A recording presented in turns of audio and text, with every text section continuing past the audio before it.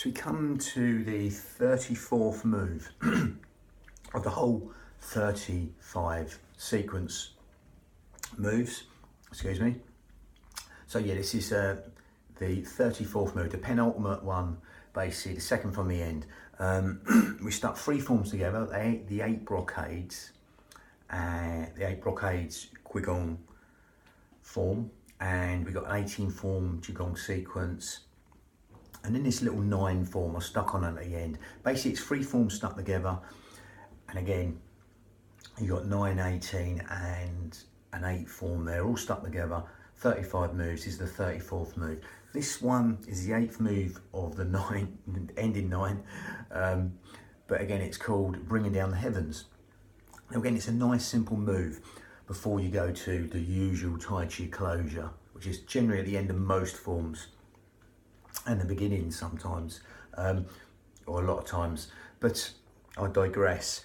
This is a really simple motion. It's just breathing in, coming up here, and exhaling down the front. Okay, so you're breathing in, bringing the hands up.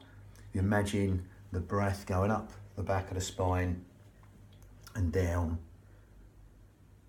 the front of the body. Okay, or vice versa. I've seen it done many different ways. Basically, within the traditional forms, this would be like the governing vessel and a conception vessel running from the crown to the tailbone. Okay, you've got the cranial chakra, sarasa, and it's, you believe there's like, or you visualize there's a pumping the breath back down, and then there's the muladhara pump on the tailbone, pumping the breath back up the spine. You'd have to really know that. Traditionally, I've done that in the other videos, but we're just going to go with the movement and mix up the movement and the breath. Okay, so it's a simple movement basically, but again, I'm going to go a lot more detail with the breath. We're not going to the traditional breathing like you get in qigong, which is breathing to the belly like a balloon, which tends to massage all the internal organs. We're going to go with the Pilates setup, okay, the yogic breath, the Pilates setup, and the hypnotic breath, a bit of a mixture. So let's go into that right now, okay? So we're going to zip up pelvic floor, scoop out the abdominals, the opposite what you normally would do within the traditional form. Okay, this is more Pilates style. Okay, and if you like, before you start, get them 2 middle fingers touching underneath the breastbones, palms on the lower lobes of lungs. Keep your shoulders down, and as you zip up pelvic floor and scoop out the abdominals right now, that's going to help us breathe into these lower lobes of lungs, the intercostals, the ribs, anywhere but the stomach. Okay, again, that's the washing machine going there, but again, don't worry, we're gonna relax even though there's noise going on.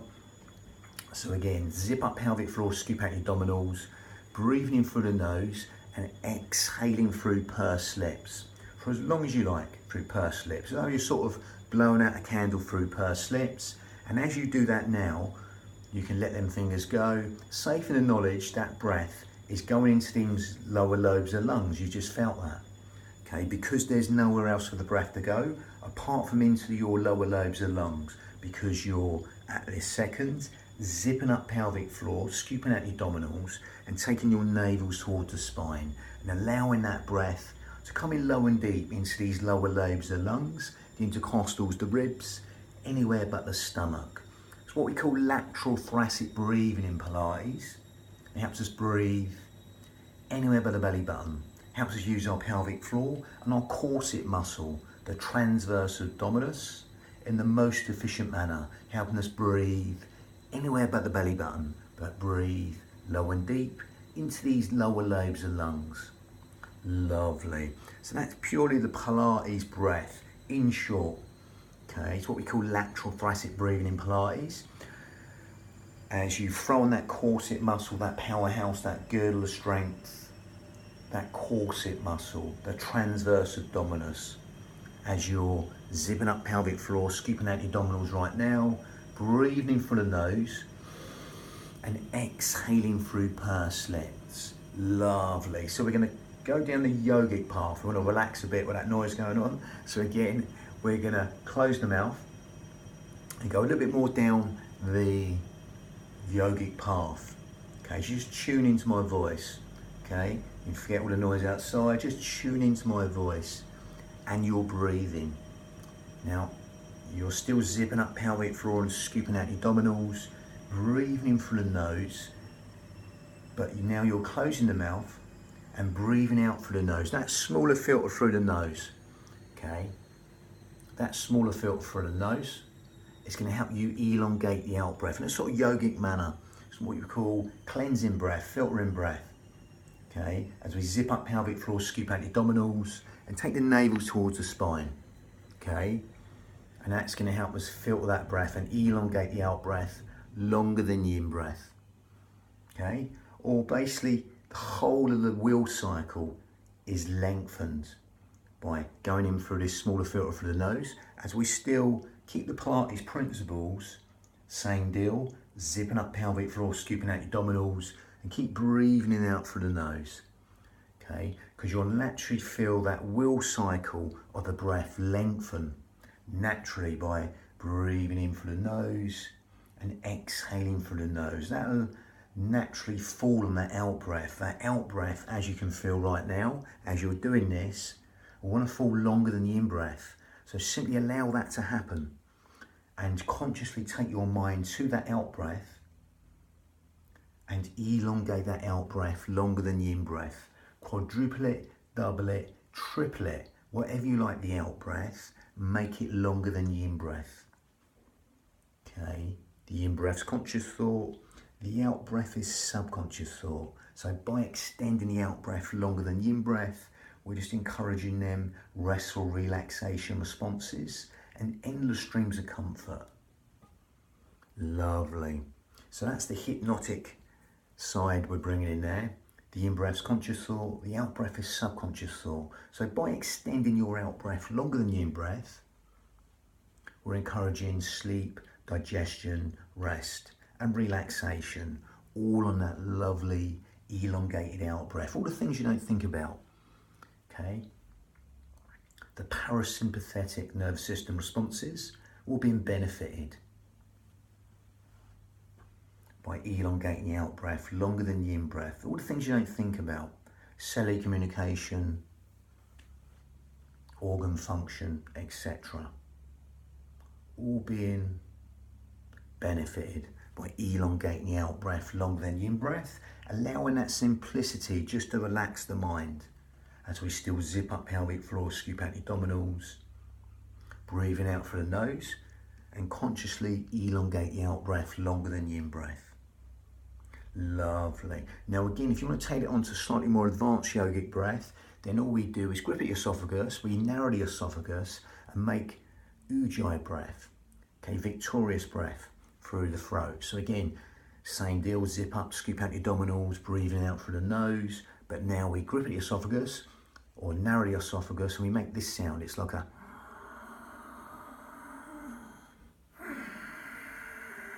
sign breath, sort of like going with the mouth shut. Soft, silky, whistling, ujjayi breath, that raspy sound from the back of the throat. If you can't get that, don't worry. Just keep on breathing as you are, okay? And be aware of the sound of the breath, the feel of the breath, no matter what breath you're doing, ujjayi breath or not. If you can't get it, don't worry. If you can, keep on narrowing that esophagus, breathing in through the nose, and exhaling through the nose. And again, as we grip at the esophagus, you'll feel that lovely, soft, silky, whistling sound from the back of the throat. Ujjayi breath, victorious breath. Okay, seashore breathing. Okay, that's sort of like focusing breath. Okay, sometimes you do that when you're trying to do a fine motor skill, like thread a needle, some DIY or something. You'll do this natural ujjayi breath, victorious breath. Even like a surgeon, I've been at the dentist, so the dentist sort of is about to focus on something. It's a natural focusing breath, but we're overemphasizing that right now as you zip up pelvic floor and scoop out your abdominals, either with ujjayi breath or not. Lovely. So we're going to link this to vinyasa, breath synchronized movement in Sanskrit. In yoga, they call that breath synchronized movement. Now again, we're going to bring in the one leg with this, because again, it's just movement. We're playing with movement. Okay, I'm not going too much into movement, but on the elongated out breath part, we're going to lengthen that movement. Okay, so again, I'll go back and demonstrate the movement we're taking. We're not going through the 7 chakras that are generally benefits in a traditional form, and the governing vessel and the conception vessel coming up and down. Okay, even though I've given you that knowledge, you don't have to know that. We're just going with a movement coming up and down. So again, I'm going to empty one leg, fill up the next. One leg empties, and it's 2 hands each time. 2 hands, 1 leg. So from here, I'm going to breathe in and exhale down.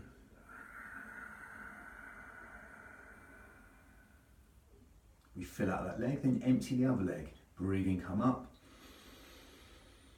and exhale down.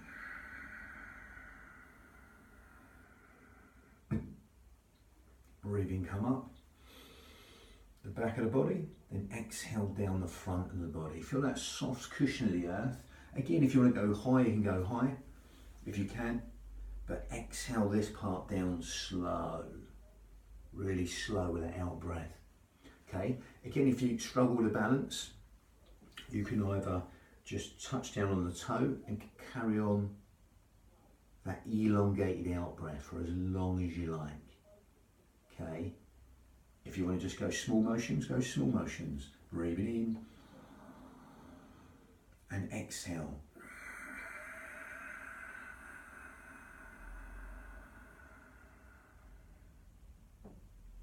Breathing in, coming up the back of the body.